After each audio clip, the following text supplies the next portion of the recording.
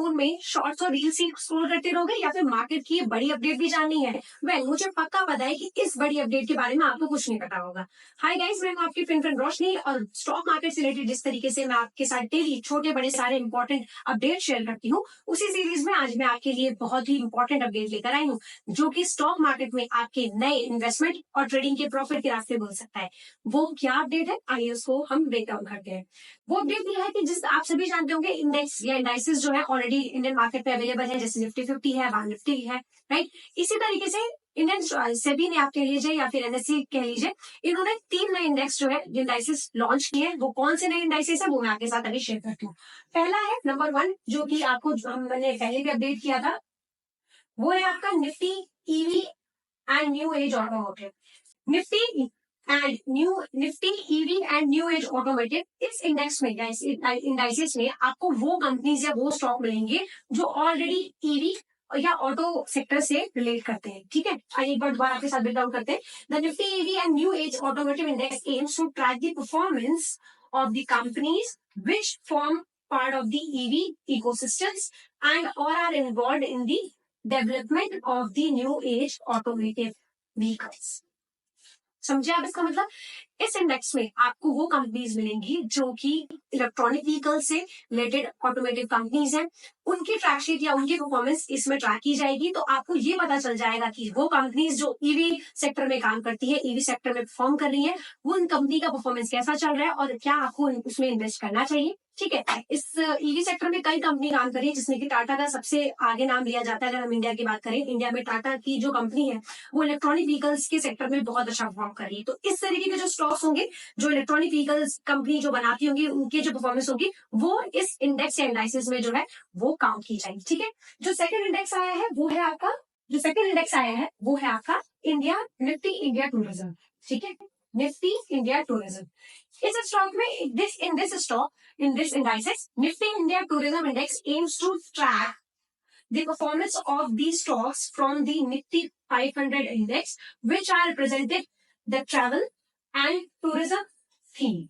ठीक है, इसमें वो स्टॉक्स होंगे या वो कंपनीज होंगी जो ट्रैवल एंड टूरिज्म से रिलेटेड है, जिसमें होटल इंडस्ट्रीज हो गई, राइट, जिसमें कि ट्रैवल इंडस्ट्रीज हो गई। इस तरीके की जो कंपनीज हैं जो काम कर रही है मार्केट में, जो ऑलरेडी अवेलेबल है, उन कंपनी की परफॉर्मेंस इस इंडेक्स में, इंडाइसेस में ट्रैक होगी। वो आपको देखेंगे कि ये कंपनी किस तरीके से परफॉर्म कर रही है, ताकि अगर आप में से कोई चाहे तो इन कंपनीज में भी इन्वेस्ट कर सकता है। ठीक है, और जो थर्ड नया इंडाइसेस का इंडेक्स आया है वो बेसिकली म्यूचुअल फंड से रिलेटेड है। वो जो इंडाइसेस है, इंडेक्स है, वो है आपका निफ्टी टॉप 10 इक्वल वेटेज। ठीक है, इस इंडेक्स के इंडाइसेस में Nifty top 10 equal weightage index aims to track the performance of the top 10 stock selected based on 6 month average free float market capitalization from the Nifty 50।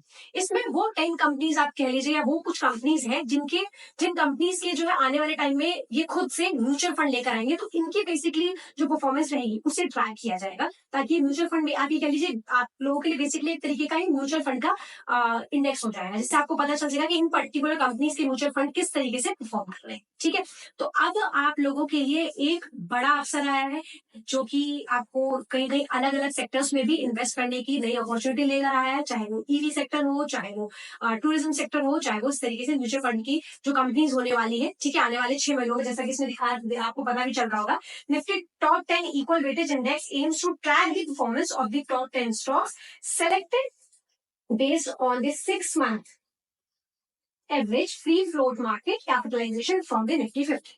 ठीक है, तो कहीं ना कहीं अब आप सबके लिए बहुत बड़ी अपॉर्चुनिटी आने वाली है, जिसमें कि आप अपनी कैपिटल को यूज कर सकते हैं, अपने इन्वेस्टमेंट को यूज कर सकते हैं। लेकिन हाँ, हमेशा इस बात को जरूर याद रखिएगा कि कभी भी किसी भी एक पर्टिकुलर सेक्टर में अगर आप अपना कैपिटल या इन्वेस्टमेंट कर देते हैं तो वो आपके लिए बहुत रिस्की हो सकता है।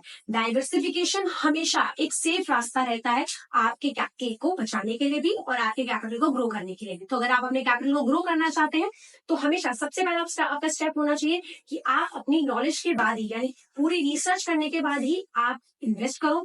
अगर आपको लगता है कि आप बेटर रिसर्च नहीं कर पाते हो तो डेफिनेटली बिना किसी झिझक के आप अपने इन्वेस्टमेंट एडवाइजर की, अपने फाइनेंशियल एडवाइजर की इसमें सलाह लो।